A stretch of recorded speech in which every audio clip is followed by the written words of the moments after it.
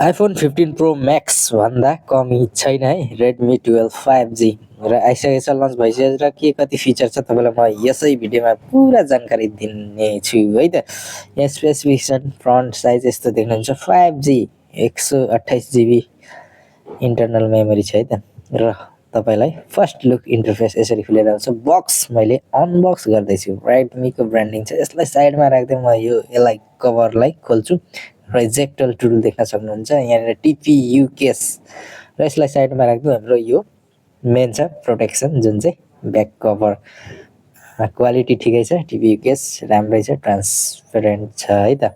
यसलाई पनि साइडमा राख्दै अब हाम्रो यसमा चाहिँ यो फाइदा छ कि तपाईँलाई चार्जर एडाप्टर पनि दिँदैछ। यो चाहिँ टाइप सी को केबल रहेको छ। यसलाई पनि साइडमा फ्याँक दिँदै मैले यहाँ चाहिँ 22.5 वाटको फास्ट चार्जर देख्न सकिन्छ है त। अब यसलाई साइडमा राख्दै हाम्रो मेन ग्याजेट्सतिर लागौँ र यी वरिपरि यस्तो आमामा आकर्षित, एकदम आकर्षित। पछाडिबाट चाहिँ लुकिङ यसको डेन्जर छ क्या, र चारैतिर हेर्न सक्नुहुन्छ। यहाँनिर भोल्युम बटन छ र यहाँनिर स्पिकर प्लस त्यही भयो पोर्ट।